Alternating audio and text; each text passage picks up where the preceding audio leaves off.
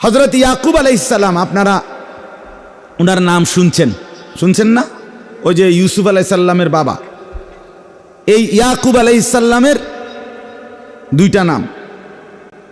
একটা নাম হলো ইয়াকুব, যেটা আমরা বলি কোরআনের ভাষায়, আমরা ওনাকে ইয়াকুব নবী বলি। আরেকটা নাম আছে ওনার, সেই নামটা হলো ইসরাইল। ইসরাইল আলাইহিস সালাম, এটা ওনারই নাম।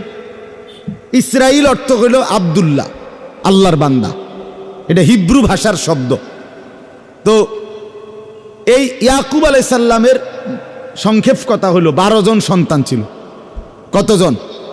ওই যে 10 ভাই কূপে ফেলে দিছে, এরা 10 জন ইউসুফকে, আর ইউসুফ আর বিনিয়ামিন ওনারা 2 ভাই। এ কতজন হইল? 12।